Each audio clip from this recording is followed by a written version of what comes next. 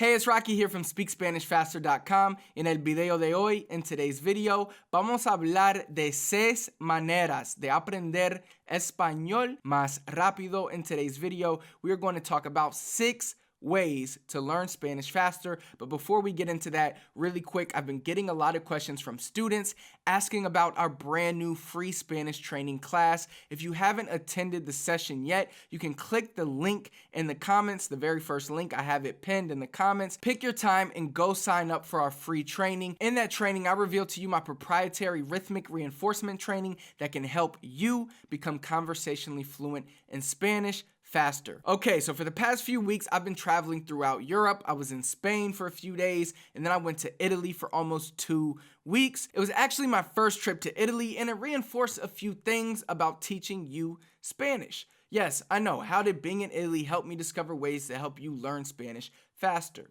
Well, let me explain. So, Italy was great, but it was also a very humbling experience. In fact, it put me in your shoes, kind of. You see, before the trip, I never really studied or practiced Italian, so I barely knew any Italian when I arrived. But within just a few days, I was able to order food, I was able to greet people, introduce myself, and understand some of what was being said to me. So today, I'm going to reveal to you what I did to pretty much learn Italian faster and how you can implement it into your Spanish learning so that you can start speaking Spanish faster. So without further ado, let's jump straight into it.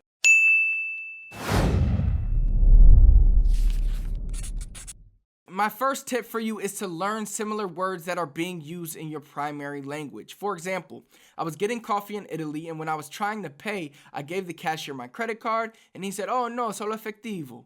Ironically, efectivo, solo, they mean the same thing in Spanish as they do in Italian. In fact, before the trip, I didn't know Italian and Spanish were so similar. There were many words that were exactly the same and many other ones that were very similar, but by focusing on picking out these words, it allowed me to put together sentences. So the guy could have said something like, "Sorry, sir, we only take cash," and let's say I didn't know any of the words he said except solo and efectivo, then I would still be able to put together what he was saying to me. This really helps you learn phrases easy. For example, at the same cafe, which cafe is cafe in English, in Spanish it's café, in Italian it's caffè, so you can already see the similarities in all these languages. When it was time to pay, I asked the bartender, "Dove paghiamo?" In Spanish it's "Donde pagamos?" Dove paghiamo? Donde pagamos? Very similar. So by finding similar phrases and words, it made it easy for me to learn, to comprehend, and speak Italian faster. But here's the thing, you can do the same thing with English and Spanish. There are many words that are the same or very similar. For example, simple, simple, chocolate, chocolate, doctor, doctor, error, error, menu, menu. Find words that are very similar or the same and become familiar with those words. By being aware of these similar words, it allows you to be able to understand what people are saying to you without having to know every word. Tip number 2, if you go to a Spanish-speaking country, go out on your own and force yourself to speak Spanish. And if you're in America, try to find Spanish-speaking areas in your city and force yourself to speak. Seriously, this could be as easy as going to Chipotle and ordering only in Spanish. Now check this out. There were a lot of American foreign exchange students in Italy.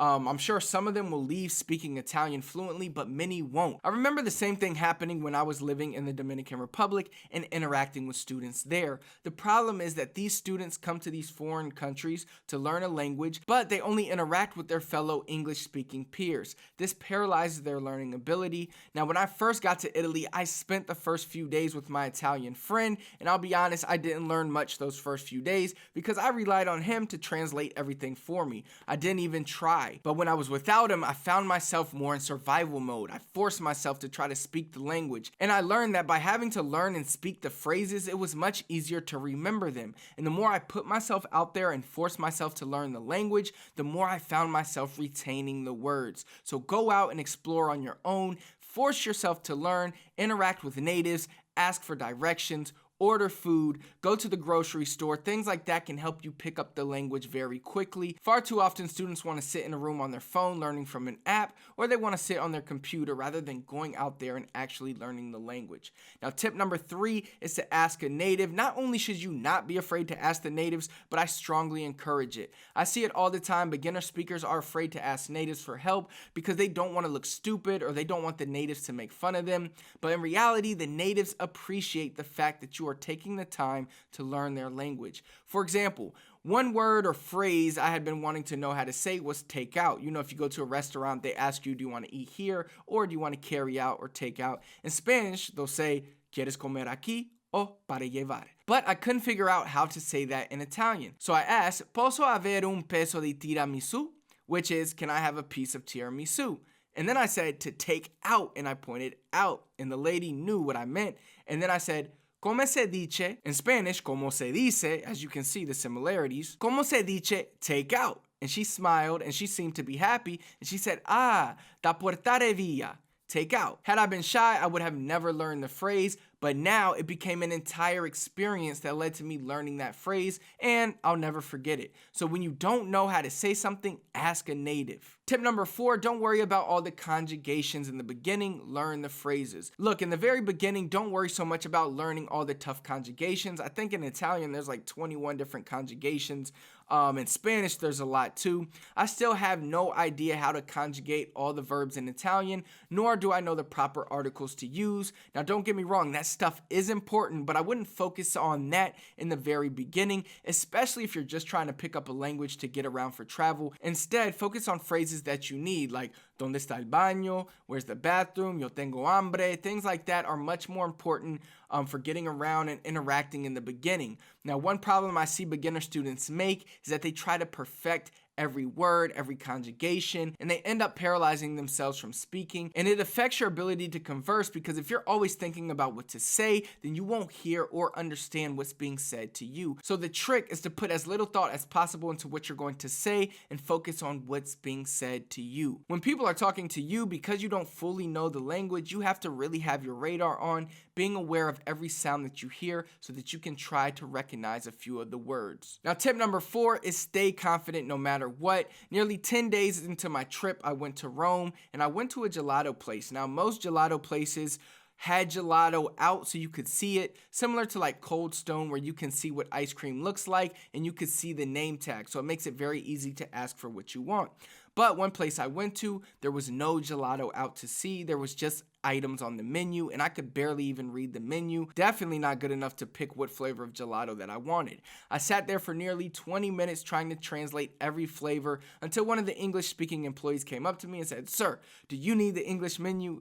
Safe to say that moment was super embarrassing for me and my confidence was shot for the rest of the day, but it happens. The next day I regathered myself and I got back to speaking Italian to the best of my ability. Here's the thing, you're not going to be perfect when speaking Spanish. Hell, I've been speaking Spanish and English since a child, and I still make mistakes in both of those languages. So if you're new to a language, or even if you've been studying for a few years, know that you're probably going to make mistakes. You're not going to know every word. Up until that moment, I had only been studying words for quick interactions, and usually at gelato places, like I said, they have the name tag by the gelato, so it was easy to figure out what I wanted. But this time I was taken completely off guard. But I took the English menu back to the Airbnb so I could study. You have to learn from every single situation you're in. So if you go to any Spanish-speaking country and for some reason you have a day where you just feel off with your Spanish, it's okay. It happens. Regroup and come back strong the next day. Realize that it's not the end of the world. You're still alive, you're still breathing, and every day is an opportunity to get better. Tip number 5, surround yourself with the language. My friend in Italy speaks Italian, he speaks Croatian, he speaks English, he speaks Spanish, and his family is from Croatia and Serbia, and he grew up in Italy, so it makes sense that he would speak those languages. But the first time he ever came to the United States was last year. So how did he learn English fluently without without having that many people to talk to in English. Sure, he learned a little in school, but he told me about how he learned from music and watching TV. His sister told me a story about how people in Italy learn Spanish from telenovelas, but recently we're learning Turkish because Turkish novelas were getting popular. I know not all of us have the means or the ability to travel the world to Spanish-speaking countries, but what we can do is try to immerse ourselves as much as possible by listening to nothing but Spanish music, watching nothing but Spanish TV, etc. For example, now I'm serious about learning Italian, which is good for you because I'm using my methods I use to teach people Spanish, and I'm teaching myself Italian, which means I'm sure I'm going to come across some new breakthroughs that I can share with you that will help you learn Spanish faster. But one thing I've been doing is when I'm in the car, instead of listening to my normal Spanish or English music, I've been listening to Italian music, or even better, Italian podcasts. I turn my volume up all the way, and it's like I've been transported back to Italy. So do the same for Spanish. Transport yourself to any Spanish-speaking country in the world by surrounding yourself by as much Spanish as possible. If you found today's video helpful and you're looking to take your Spanish to the next level, again, click the first link that's pinned in the comments. That's going to take you to our free training class. It's a free full session. All you have to do is enter your name and your email and register for the class that you would like to attend,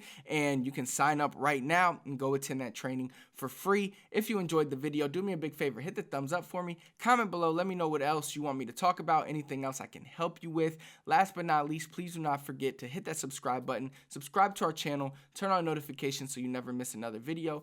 Until next time, I'll see you then.